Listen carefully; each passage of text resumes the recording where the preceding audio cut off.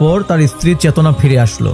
স্বামীকে তার কাছে বসে দেখতে পেয়ে তিনি খুবই আনন্দিত হলেন, স্বামীকে জড়িয়ে ধরলেন। তখন লুকমান হাকিমের ছেলে বললেন, তোমার এই অবস্থা কিভাবে হলো এবং ঘরে আসবাবপত্রগুলো কিভাবে এরকম লণ্ডভণ্ড হয়ে থাকলো? তখন তার স্ত্রী বললেন, আপনি ঘর থেকে বেরিয়ে যাওয়ার পরে একটি বিরাট দৈত্য আমার ঘরে এসে উপস্থিত হলো। সে আমাকে উপরে তুলে ধরলো এবং আমি অজ্ঞান হয়ে পড়ি। তারপর কি হয়েছে আমি কিছু জানি না। লুকমান হাকিমের ছেলে বলল, এটাই ছিল তোমার শেষ বিপদ। আল্লাহর রহমতে আগামীতে তোমার এমন কোনো বিপদ হবে না।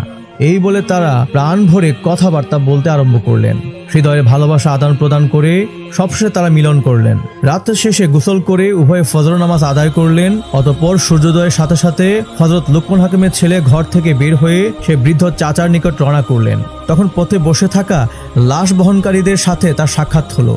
তারা বলল, হুজুর, আপনি কি ওই রাক্ষসী কন্যার স্বামী নন? তখন লুকমান হাকিমের ছেলে বললেন, হ্যাঁ, তোমরা ঠিকই বলেছ।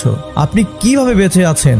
লুকমান হাকিমের ছেলে তখন বললেন, বাঁচা মরা সবকিছু আল্লাহর হাতে। আল্লাহ আমাকে বাঁচিয়ে রেখেছেন। তোমরা আমার জীবিত থাকার কথা এলাকায় ছড়িয়ে দাও। খবর শুনে দলে দলে মানুষ এসে তাকে সালাম জানালেন এবং তিনি কিভাবে বেঁচে রইলেন তা তারা জানতে চাইলেন।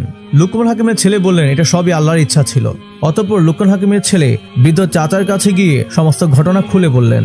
বৃদ্ধ চাচা তাকে বললেন, এই যুবতীর প্রতি একটি শক্তিশালী জিনের আসর ছিল। সে এই যুবতীর বিবাহ সহ্য করতে পারত না, কারণ যদি কোনো মানুষ এই যুবতীর সাথে একবার মিলন করে ফেলতো তাহলে ওই মেয়েটি জিনের আসর প্রভাব মুক্ত হয়ে যেত চিরদিনের জন্য। তাই ইতিপূর্বে তার অন্য স্বামীদেরকে মিলন করার পূর্বেই জিনটি একটি ক্ষুদ্র সাপের আকৃতি ধারণ করে তাদেরকে দংশন করত এবং তারা সাথে সাথে মারা যেত। এবারে আমি তোমার সাথে আসায় জিনটি পূর্ব হতে দুর্বল ও ভীত হয়ে পড়েছিল।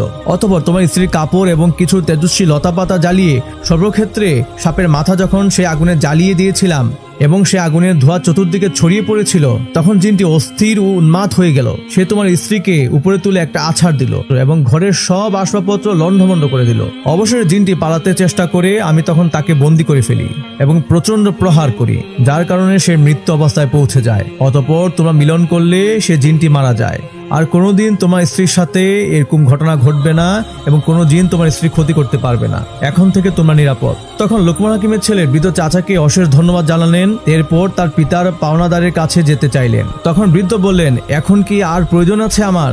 লুকমান হাকিমের ছেলে বললেন, আপনি ছাড়া আমি কখনোই বাড়ি ফিরবো না। আপনি আমার জন্য আল্লাহর রহমত। আরো যে কত বিপদ আছে তা আমি জানি না।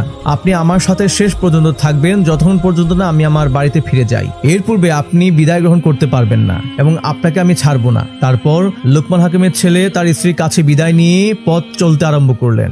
একদিন এক রাত দীর্ঘ পথ সফরের পর তারা একটি নির্দিষ্ট এলাকায় এসে পৌঁছালেন। সেখানে গিয়ে তারা স্থানীয় লোকদের নিকট ওসামের নাম ধরে জিজ্ঞেস করলেন, তার বাড়ির পরিচয় জানতে চাইলেন। লোকেরা তখন তাদেরকে ভয় দেখিয়ে বললেন, ওসামে